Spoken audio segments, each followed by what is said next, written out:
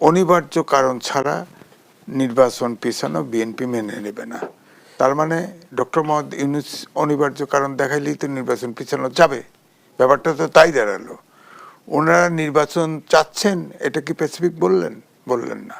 আবার এসপিদের অ্যাড্রেস করার সময় ডক্টর মোহাম্মদ ইউনূস বললেন যে আগামী নির্বাচন হবে নূতন বাংলাদেশ গড়ার। এসপিদের বলেছে আপনারা দায়িত্ব পালন করবেন ধাত্রীদের মতো। তার মানে আগামী নির্বাচন নূতন বাংলাদেশ, এই বাংলাদেশ না, নূতন বাংলাদেশ তৈরি হবে, গড়ে উঠবে। এই যে অর্থ দুইটা, এই দুটো অর্থ যদি বোঝেন, দুজনের ডিরেকশন দুই দিকে, দুজনের আকাঙ্ক্ষা দুই দিকে, দুই দিকের চিন্তা দুই দিকে। এদিকে রনি ভাই যেগুলো বলল, আপনি বলেন প্রশাসন ঠিক আছে, আইনশৃঙ্খলা বাহিনী ঠিক আছে, অভ্যুত্থানের শক্তি যারা নির্বাচন করবে তাদের মধ্যে ঐক্য আছে? নাই। সরকার এত দুর্বল যে দুইটা ছাত্র উপদেষ্টা বেরিয়ে যাবে, এবং আসিফ মাহমুদ বলেছিল এই সরকারের মধ্যে থেকেও অনেকেই নির্বাচন করবে। তাহলে এই সরকার তো থাকছে না। আসিফ মাহমুদ ভূঁইয়ার কথা, তিনি উপদেষ্টা, তার কথা যদি সত্য হয় তাহলে তো এই সরকার থাকছে না। অর্থাৎ অনেকেই নির্বাচনে আসছে। ধরেন 2 জন ছাত্র উপদেষ্টা আছে, এর বাইরে যদি আর 3-4 জন আসে তাহলে তো সরকার ভেঙে যাচ্ছে। তাহলে তো সরকার নতুন করে রিকাস্ট করতে হবে। তার মানে সরকার তো অগোছাল হয়ে যাচ্ছে, আপনি খেয়াল করে দেখেন।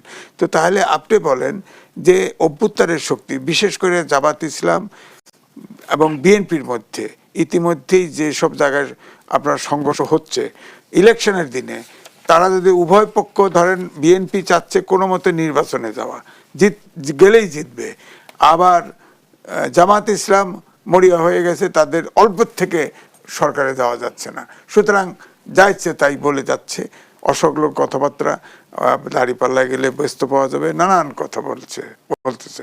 তো সুতরাং ধরেন নির্বাচনে এরকম 2 জন আনসার দিলেন, 2 জন পুলিশ দিলেন, সেনাবাহিনী তো স্ট্রাইকিং ফোর্স হিসাবে থানায় অথবা ডিস্ট্রিক্টে হেডকোয়ার্টারে থাকবে।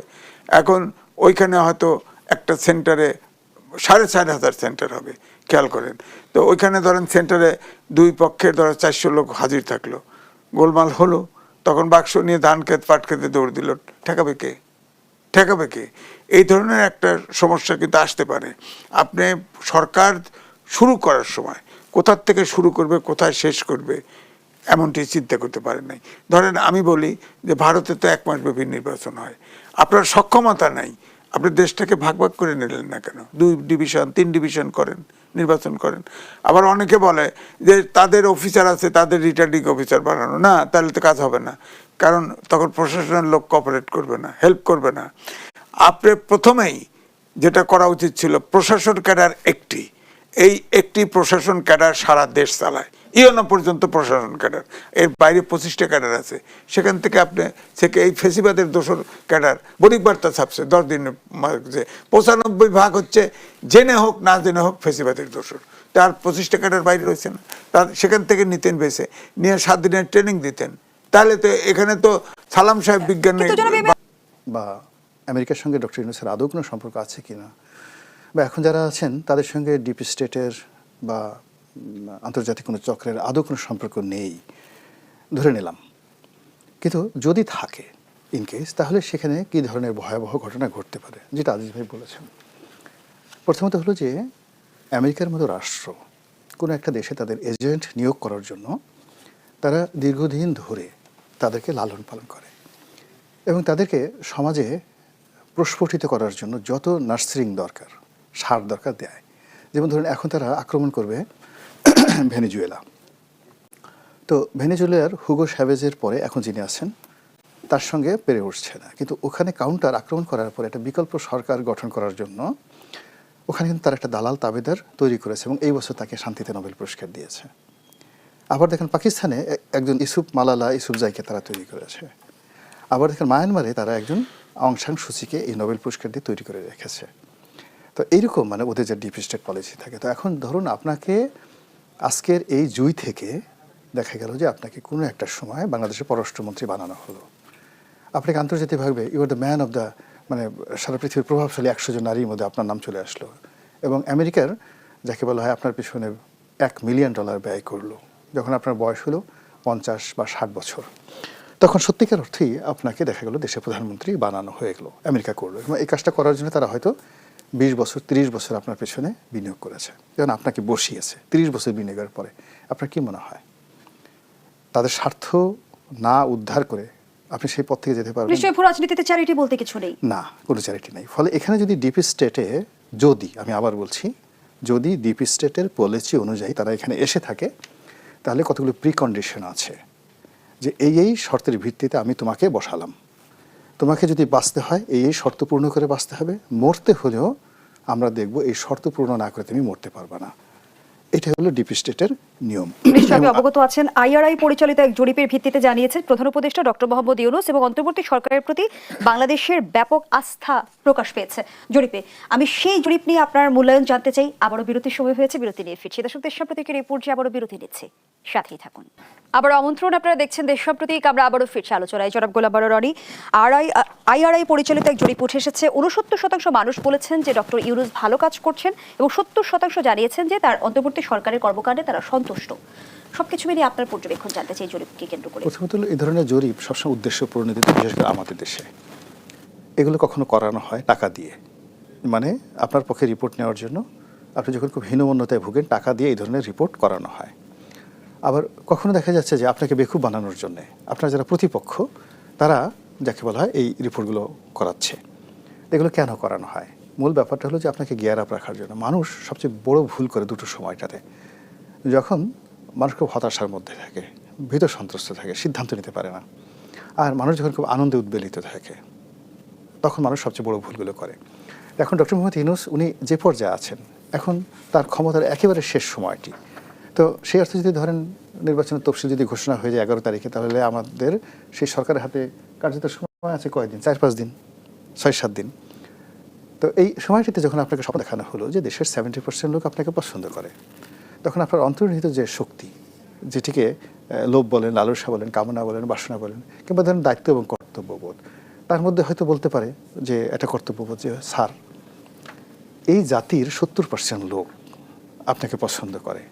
কিয়ামতের দিন আল্লাহর সামনে দাঁড়িয়ে আপনি কি বলবেন? 70% লোক সারাদিন আপনার জন্য দোয়া করে, দরিদ্র, অসহায়, গ্রামের মধ্যে, এর মধ্যে 2 কোটি লোক তো গ্রামীণ ব্যাংকেরই আছে, যাতে সব আপনাকে 100% লোক আপনাকে চায়। 2 কোটি লোক গ্রামীণ ব্যাংকের যারা মেম্বার আছে। তো এই লোকগুলোকে আপনি এই চাঁদাবাজদের হাতে তুলে দিবেন? এই স্বাধীনতা বিরোধীর হাতে তুলে দিবেন? এই কারণে কি আপনাকে নোবেল পুরস্কার দেওয়া হয়েছে? জীবনের এই শেষ বয়সে স্যার আপনি এই ভুলটা করবেন না। ভিতর থেকে এই ধরনের কথাবার্তা তৈরি হয়ে যায়। তো এই অটো সাজেশন যে তৈরি হয়ে যায়, তার জন্য করে কি প্রতিপক্ষ এই মানুষের মনের ভিতরে যেমন এরকম অটো সাজেশন তৈরির জন্য এই ধরনের জরিপ ফরিপ তৈরি করে। কিন্তু আমরা যারা বাস্তবে যেটা দেখছি সেই বাস্তবের সঙ্গে যদি আপনি মিল করেন, তাহলে তো 70% দূরের কথা, একজন লোকই তো ওনাকে পছন্দ করার কথা না। মানে 18 কোটি মানুষের মধ্যে মানে একজন বললে মানে কি, যে তাহলে ডক্টর মোহাম্মদ ইউনূস উনি নিজে নুরুল কবির সাহেবের সঙ্গে সাক্ষাৎকারে বলেছে যে তিনি তার নিজের ব্যাপারে হ্যাপি না, তাই না? তাহলে তিনি তার নিজের ব্যাপারে হ্যাপি না, তাকে জিজ্ঞাসা করছে নিজের ব্যাপারে হ্যাপি না, তারা জিজ্ঞেস করছে আপনার বন্ধুরা কি আপনাকে বিশ্বাস করে? না, কেউ আমাকে বিশ্বাস করে না। উনি তো নিজে বলেছেন কেন বিশ্বাস করে না। বলছে এর আগে আমি তাদেরকে একবার ডেকেছিলাম, ডেকে থাকার পর তারা সবাই এসেছিল, এরপর মাঝপথে তাদেরকে ফেলে আমি যে চলে গেছি। তো চলে যাওয়ার পরে তারা বলছে তুমি আবার এই কাজ করতে পারো, ফলে তোমার সাথে আমি আবার এই যে নতুন কোনো একটা অনুষ্ঠানে আবার আসবো, এই বুড়ো বয়সে, তোমারও বয়স হয়ে গেছে, আমার বন্ধু তারাও বলতেছে আমরাও বুড়ো হয়ে গেছি, এই শেষ বয়সে তুমি যদি আমাদের মাঝপথে ফেলে আবার দৌড়ে চলে যাও, এই জন্য তারা কেউ আসে না। এই কথা তো উনি নিজে বলেছেন। তাহলে যদি 18 কোটি মানুষের মধ্যে একজন লোক ধরি, তিনি ডক্টর মোহাম্মদ ইউনূস তার নিজের সম্পর্কে তিনি জনাব এম এ আজিজ, একই জরিপ উঠে এসেছে 53% মানুষ জামায়াতের কার্যক্রম পছন্দ করছে, 51% বিএনপির কার্যক্রম পছন্দ করছে, অর্থাৎ পছন্দে এগিয়ে জামায়াত। আবার ভোটের দিক দিয়ে এগিয়ে বিএনপি, 30% মানুষ বিএনপিকে ভোট দিতে চায় এবং 26% মানুষ জামায়াতকে ভোট দিতে চায়। আপনার মূল্যায়ন জানতে চাই জরিপটি নিয়ে। আইআরআই জি, এটা কিন্তু আমেরিকান রিপাবলিকানের এটা অর্গানাইজেশন, মার্কিন ফেডারেল সরকারের অর্থায়নে পরিচালিত। তো এই জন্যই বলছি যে আপনার এখন ক্ষমতা আছে কে, সুতরাং তার তো একটা পলিসি আছে, ডিপ স্টেট, আগে বলছে না ডিপ স্টেট পলিসি আছে, হয়তো সেই পলিসি পার্সু করেছে। এখন ধরেন বিএনপি 111 সহ 17 বছর আপনার মামলা হামলা এত কিছু করছে, গুম খুন অনেক কিছু করছে, কিন্তু বিএনপির কিন্তু কোনো কর্মী কিন্তু পরিবর্তন হয় নাই, অর্থাৎ দল বদল করে নাই। এখন নির্বাচন আসবে, বিএনপি প্রায় সব জায়গায় সাতক্ষীরা অমক জমক এরকম হাতে গোনা কয়েক জায়গায় ছাড়া সব জায়গায় বিএনপি বড়। তো বিএনপির ভোট কিন্তু বিএনপির বাক্সেই পড়বে। হয়তো জামাতের ভোট কিছু বাড়ছে, হ্যাঁ, এখন তো আবার বেরসিক ইলেকশন জরিপ তো বলছে ভোটের ব্যবধান মাত্র 4%, আসলেই কি তাই? হিসেবে তো তা বলে না। আমি বলতেছি যদি আমি বলি বেরসিক করছে না ওই ইলেকশন কমিশন, আরপিও করছে না যে জরিপ জোট করলেও যার যার প্রতীকে নির্বাচন করবে। এখন দেখবেন অনেক রাজনৈতিক দল কিন্তু এবার মারা যাবে, আপনি দেখবেন তাদের কারো জামানত থাকবে না, পাশ করবে না কেউ, ওই 111 ওই আমির আমির নির্বাচনের মতো কারো জরিপ থাকবে, জামানত থাকবে না, দেখবেন আপনি। তো এখন প্রশ্ন হচ্ছে যে ধরেন বিএনপি একবার নিরপেক্ষ নির্বাচন করেছিল, একটা সিট পেয়েছিল, আর একবার করেছিল 3টা সিট পেয়েছিল, এবার 10টা 15টা 20টা এর বেশি পাওয়ার কথা না। এখন ধরেন তাদের জোটের যদি আসে, ধরেন ইসলামিক ঐক্য জোট, তাদের কিন্তু অনেক জায়গায় ভোট আছে। এখন আপনি দেখেন জামাতের কিন্তু দাবি ইউনূস সরকার মেনেছে, কারণ নিম্নকক্ষে পিআর সিস্টেম চেয়েছে, সেটা কিন্তু মেনেছে। অর্থাৎ পিআর সিস্টেম চালু হয়েছে, উচ্চ কক্ষে পিআর সিস্টেম চালু হয় না, নিচু কক্ষেই হয়েছে। অর্থাৎ আগে ছিল নিচু কক্ষে, এখন হয়েছে যে নিচু কক্ষে যত অনুপাতে ভোট পাবে সেই অনুযায়ী উচ্চ কক্ষে প্রতিনিধি যাবে। তাহলে নিচের কক্ষে পিআর সিস্টেম হলো না, হলো তো। সুতরাং তাদের দাবি তো মেনে ফেলছে, এখন তারপরেও তারা আন্দোলনের মাঠে আছে। উচ্চ কক্ষে সবাই চাইছিল, হ্যাঁ, কিন্তু ডক্টর মোহাম্মদ ইউনূস এটা করছে কি মাঝামাঝি যা নিচু কক্ষে দিয়ে দিছে। উচ্চ কক্ষ সবাই চাই এখানে পিআর সিস্টেমে যাবে, কিন্তু নিম্নকক্ষে তো আসলে ভোটের আনুপাতিক হারে আসন বন্টন হচ্ছে না। ভোটের আনুপাতিক হারেই হচ্ছে, সেটা তো উচ্চ কক্ষে হবে, উচ্চ কক্ষে হচ্ছে, উচ্চ কক্ষে হচ্ছে।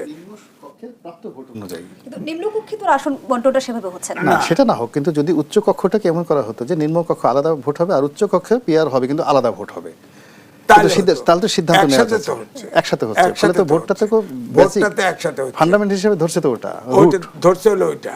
তো সুতরাং এই জন্য আমি বলছি তারপরেও তারা আন্দোলনে আছে। আপনি যে আগে বলছিলেন যে নির্বাচন কি নিরপেক্ষ হবে কিনা বা নির্বাচন হবে কিনা, তো এখন তো দেখা যায় যে তারা তো ওই ইসলামিক আন্দোলন সহ ছোট ছোট 8 দল আছে না, 8 দলের ওরা তো ধরেন তেমন সিট টিট পাবে না, অল্প ভোট পাবে। তার মানে কিছু কিছু চ্যালেঞ্জ রয়েই গেছে, এমনটি মনে করছেন আপনি।